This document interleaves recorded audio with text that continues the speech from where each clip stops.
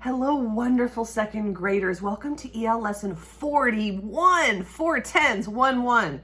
Today we are reading a text called The Masara Dig, the story of Dr. Holly Woodward Ballard. Now, this is a guy who always wanted to be a paleontologist. He grew up in North Carolina and he went off to college and had a professor who was a famous paleontologist named Dr. Horner, who had made a huge discovery. He discovered the Masara, which it's called a good mother lizard. So it's a dinosaur. And he made this unusual discovery in Montana. He found eggs and embryos in this field called Egg Mountain. And here is a picture of Egg Mountain where there was hundreds, almost thousands of dinosaur eggs found. They think that a mudslide brought all of the fossils into one place. They believe that this was 76 million years ago, that a mudslide brought everything down to what they now call the bone bed. Wow, and they're searching for the tiniest bones because they know very, very little about how dinosaurs grew from small to big. Wow. They use a lot of tools like jackhammers, whisk brooms, all of these things. Look at the tools that they have to use to wipe off the sediment, the dirt, to get to the fossils. Wow. There are so many bones there. Every time they found a bone, they would record it. Data collection is very important in paleontologists because it helps them understand the environment. And they could even figure out the cause of death. Wow. Definitely making a lot of recordings. And at the end of the dig, they actually found a tiny femur, which was very, very exciting. A small bone. So this whole article is about the fabulous life of someone that went to college, became a paleontologist, and actually got to go to a site and make a discovery of his own. So here's a little bit about the big discovery. There were so many bones. We found them almost anywhere we dug. We could spot them in the gray mudstone because of their dark black color.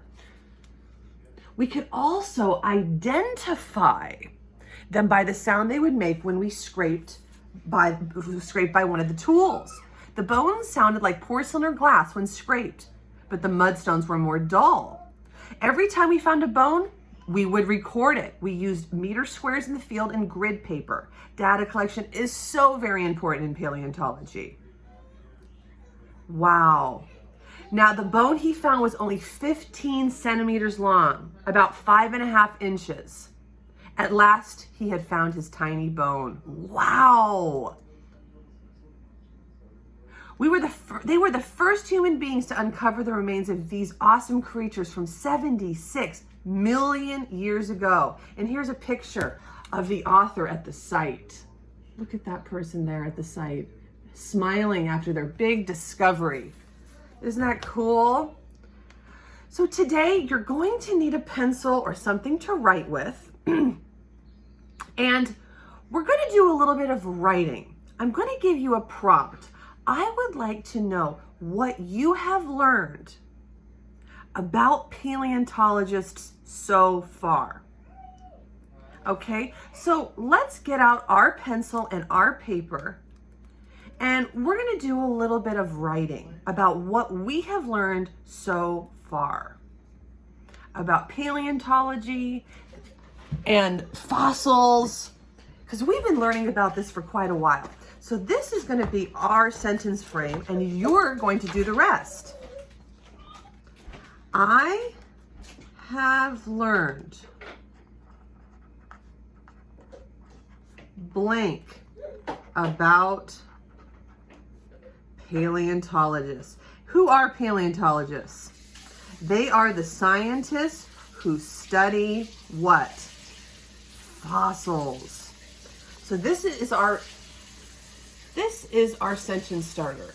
I have learned blank about paleontologists. Okay? She loved dinosaurs. Dr. Woodard is actually a woman, and she went to college to become a paleontologist. She traveled to the Masara bone bed, and she searched for the tiny bones that grew from babies to adults. Do you remember how they take notes? You could maybe write about how they always record their data. So this is your assignment for today. I have learned blank about paleontologists. Remember what you learned from the text that I read from today about going to college, about going to a site, about the tools, about the recording, some new things about paleontologists. I cannot wait to see what you've come up with, and I will see you very soon. Bye, second graders.